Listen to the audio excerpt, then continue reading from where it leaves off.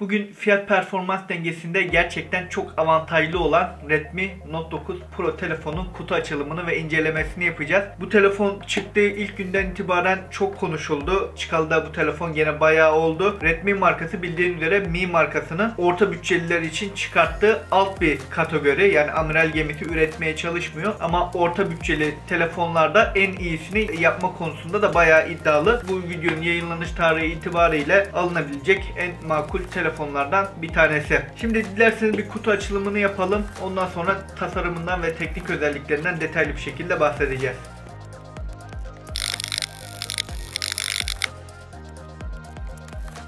Şimdi kutusunun ön tarafına baktığımız zaman KVK garantisi yazıyor. Mi'nin logosu var. Sağ sol tarafında bir şey yok. Kullanım kılavuzu var bu tarafta. Buradan açınız diye belirtmişler.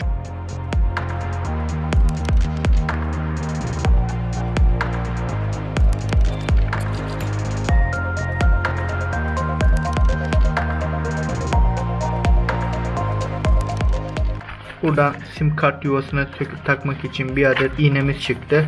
Kullanım kitapçığı, garanti notu ve bir adet de silikon telefon koruyucu çıktı. Bu zaten Xiaomi'nin artık hemen hepsinden çıkıyor. Böyle şeffaf bir kabı var. Birazdan takacağız. Telefonumuzu bir dışarıya alalım. Telefon yalnız bayağı büyük. Tahmin ettiğimden daha büyük bir telefon. Tropikal yeşil.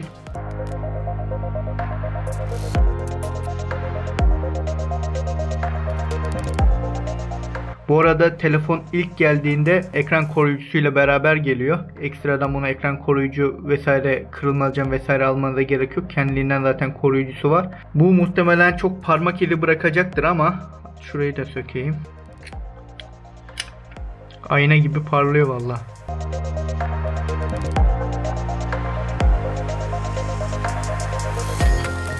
Çok da aslında görüntüyü değiştirmedi. Çok kötü olmadı açıkçası. Bir ekranına ışık verip kuralım mı? MIUI. Ben hemen ekran açılsın diye hızlı geçeceğim. Klasik yapıyorum. Kurulum tamamlandı dedi. Artık hazırsınız. Uygulamalar yükleniyor diyor. Telefon karşımıza geldi. Şu an için her şey yolunda gözüküyor. Bu telefonun tasarımından bahsedecek olursak 165,75 mm bir boyu var. 76,88 mm bir eni. Kalınlık olarak 8,8 mm ve ağırlık olarak da 209 gram bir ağırlığı var. Bu elimde tuttuğum tropikal yeşili olarak geçiyor. Bunun dışında yıldızlar arası grisi ve buzul beyazı diye iki farklı rengi de mevcut. Burada tam ortada nokta şeklinde bir kamerası var. 6,67 inçlik bir panele sahip. %84,27 ekran gövde oranına sahip ve oran olarak da 29 bir oranı var. Telefonun 1080'e 2400 Full HD Plus dediğimiz, yani Full HD'den birazcık daha geniş bir çözünürlüğü var ve 60 Hz'e kadar ekran tazeleme oranına sahip. 395 ppi keskinliği var. 1500'e 1 bir kontrast değeri ve 450 CD metrekare parlaklık değerine sahip. Bahsettiğim ekranla alakalı teknik terimlere eğer bilmiyorsanız veya hatırlamıyorsanız daha önceden yapmış olduğum Xiaomi monitörde bu teknik terimlerden bahsediyorum. Yukarıya linkini koyacağım. Onu da tıklayarak o videoyu da izleyebilirsiniz. Burada tekrar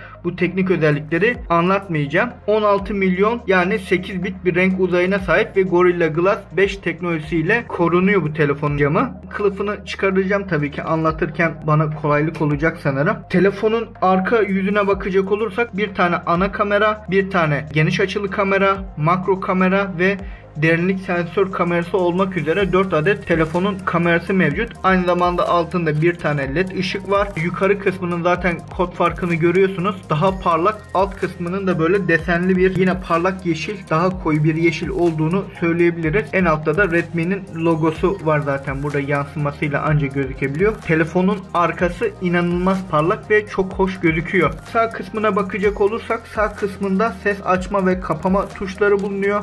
Burada bir adet güç butonu bulunuyor. Bu güç butonu aynı zamanda parmak izi sensörü olarak da kullandığımız kısım. Sol kısmına bakacak olursak sim kartlarımızı ve SD kartımızı takabiliyoruz. Sim kartlarımızı dedim, birazdan zaten özelliklerinden bahsedeceğiz ama bu telefon çift sim kart da destekliyor. Aynı zamanda 512 GB'a kadar da micro SD kart destekliyor. Telefonun üst kısmına bakacak olursak bir adet mikrofonu ve bir adet de kızılötesi vericisi bulunuyor. Alt kısmına hemen bakacak olduğumuzda 3.5 mm bir jack girişi, Type-C şarj girişi, mikrofon ve hoparlör ızgaraları bulunuyor. Telefonun tasarımından kısaca bahsetmiş olduk bu şekilde. Şimdi dilerseniz teknik özelliklerinden devam edelim.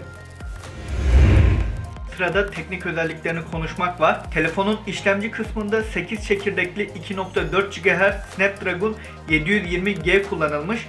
Grafik kartı olarak da Adreno 618 tercih edilmiş. Telefonda RAM olarak da 4 ve 6 GB olmak üzere iki farklı seçeneğiyle satılıyor aslında ama Türkiye'de satılan bütün modeller şu an 6 GB benim gördüğüm kadarıyla. Telefon Antutu puanı olarak yani performans testinden 275.100 almış ki bu fiyat segmentinde bence mükemmel bir rakam. Hafıza olarak da 64 GB ve 128 GB iki farklı seçeneğiyle satılıyor ama 512 GB'a kadar micro SD kartla takılabildiği için bence 64 GB'lık model daha fazla tercih edilesi geldi bana. Bu telefonun kameralarına bakacak olursak telefonun üzerinde 5 tane kamera var. Bunda arka kamera kısmının bayağı bir çıkıntısı var ama kılıf gelince bu çıkıntı da doğal olarak azalıyor. Bu telefonun ana kamerası 64 megapiksel ve f1.89 diyafram açıklığına sahip. Gece çekimlerinin bu diyafram açıklığından dolayı iyi olduğunu söyleyebiliriz. Kamera sensör boyutuna bakacak olursak 1/1.72 yani 1.7 kat küçültülmüş bir sensör bulunuyor. 720p'de 960 fps'e kadar, 1080p'de 120 fps'e kadar, 4K'da da 30 fps'e kadar görüntü alabiliyorsunuz. Aynı zamanda elektronik sabitleme sistemi de olduğunu söylüyor. İkinci kameramıza bakacak olursak 119 derecelik geniş açılı bir kamera. 8 megapiksel bir çözünürlüğü var ve f2.2 diyafram açıklığı var. Üçüncü kameramız makro bir kamera, yani yakın çekimler için var olan bir kamera. 5 megapiksel ve f2.4 diyafram açıklığına sahip. Dördüncü kamerada derinlik sensörü kamerası, yani portre çekimlerde arkanın blurlanması için derinlik efekti veren kamera. 2 megapiksel bir çözünürlüğü ve f2.4 diyafram açıklığı var. Ön tarafta burada sadece nokta şeklinde bir ön kamera var. 16 megapiksel bir çözünürlüğe ve f2.48 diyafram açıklığına sahip, yani gece çekimleri için arka kameraya nazaran çok daha kötü olduğunu söyleyebiliriz. 1080p'de de 30 fps gibi bir görüntü tazeleme hızını bizlere sunuyor. Telefonun 5020 mAh'lik muazzam büyüklükte bataryası var. 30 Watt'lık hızlı şarjı da destekliyor. Bu arada ben kutu açılımında alttaki batarya kısmını göstermeyi unuttum. Kutunun alt kısmında kalan kısmı bu şekilde, devasa bir bataryası olduğunu söyleyebilirim. Batarya 33 Watt'ı destekliyor bu arada ama telefon 30 Watt'ı destekliyor. Bayağı büyük, böyle takoz gibi ağır bir bataryası var. Aynı zamanda içerisinden bir de Type-C kablo çıkıyor. İçerisi turuncu seçilmiş. Bence gayet de güzel olmuş. İşletim sistemi olarak Android 10 kullanıyor ve arayüz olarak da MIUI 12'yi kullanıyor. Zaten telefonu açarken de gördünüz, 12 ile açıldı telefon. Onun dışında ekstra olarak telefon Bluetooth 5.0'ı destekliyor. Kızılötesi verici var. Kızılötesi eskiden veri aktarmada kullanılıyordu. Bugün telefonlara kızılötesi koyulmasının sebebi kumandalı elektronik cihazları kontrol edebilmek. Bence güzel bir özellik. Parmak izi ve yüz tanıma sistemi var. Bunların hızlı çalıştığını söyleyebilirim. Çift sim kart desteklediğini zaten en başta söylemiştik. 512 GB'a kadar da micro SD kartla hafızasını yükseltebiliyorsunuz.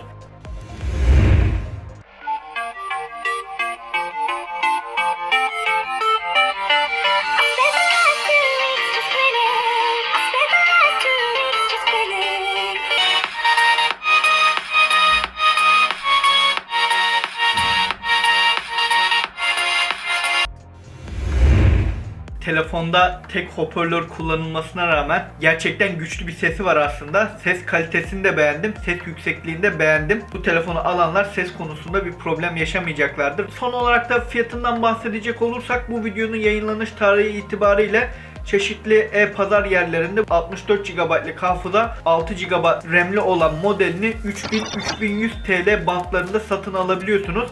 Yine dediğim gibi bu fiyat segmentinde alınabilecek en iyi telefonlardan bir tanesi. Tam bir fiyat performans canavarı olduğunu söyleyebiliriz. Fiyatından konuştuk, teknik özelliklerinden konuştuk, tasarımından bahsettik. Aslında telefonun hemen hemen konuşabileceğimiz her şeyinden konuştuk. Sizin bu fiyat segmentinde bu telefon için düşünceleriniz nedir?